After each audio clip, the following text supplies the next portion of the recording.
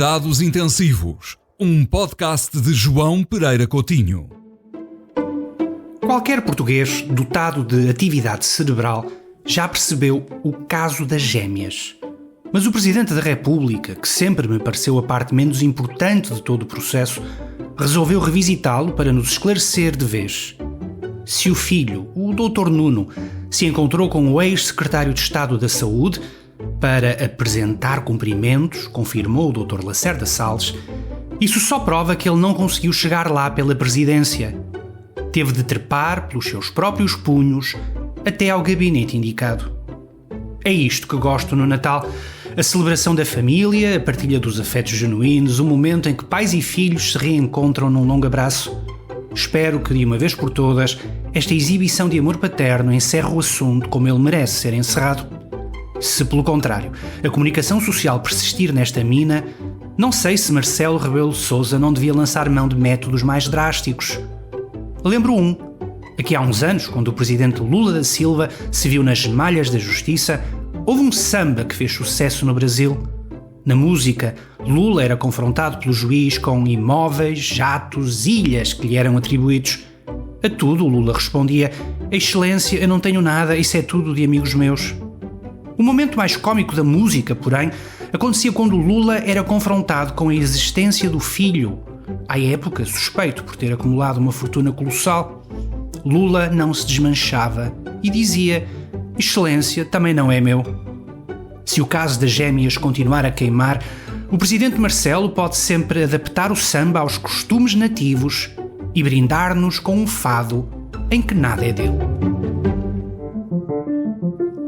Grande leitura de Natal: O Crepúsculo do Mundo, de Werner Herzog, editado entre nós pela Ziggurat.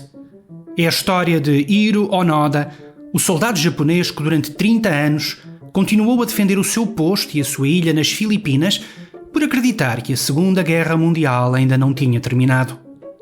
No fundo, a história de Hiro Onoda é muito semelhante à de António Costa, que nos deixou uma mensagem de Natal sobre um país imaginário que só existe na cabeça dele. Nesse país, os portugueses têm um SNS funcional. O acesso à habitação é uma realidade.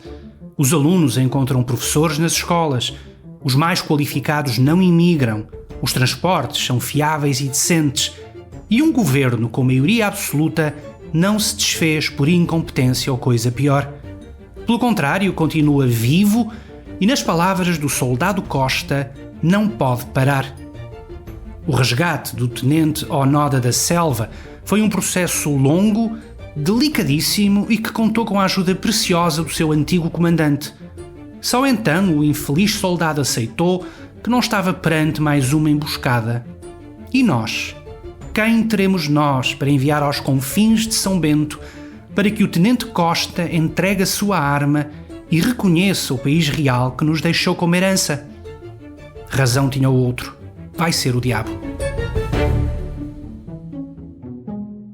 Entramos em 2024 com um certo cheiro a Afeganistão no ar. Que cheiro é esse? É um odor forte a preguiça e a desistência, sobretudo quando as coisas são mais difíceis do que prometiam.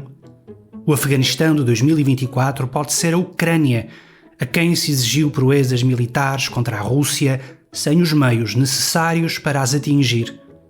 Agora, com o impasse no terreno e a vantagem demográfica de Moscovo, já ninguém disfarça a vontade de sacrificar território ucraniano para que Putin se contente. E se ele não se contentar? E se ele quiser mais a prazo? Metade da Ucrânia, toda a Ucrânia, os Estados Bálticos, apesar da NATO? Boa pergunta, para a qual só existe uma resposta. Depois de 2 décadas de fiascos, no Médio Oriente e se calhar na Ucrânia, nenhum aliado dos Estados Unidos continuará a olhar para Washington com a mesma confiança. Falo da Europa, sim, mas também de Taiwan ou de Israel. Vladimir Putin invadiu a Ucrânia porque, entre outras razões, gostou de ver os afegãos, pendurados nos aviões americanos, a tentarem evitar o abandono. A China e o Irão também vão apreciar o espetáculo quando chegar a vez dos ucranianos. Cuidados Intensivos, um podcast de João Pereira Coutinho.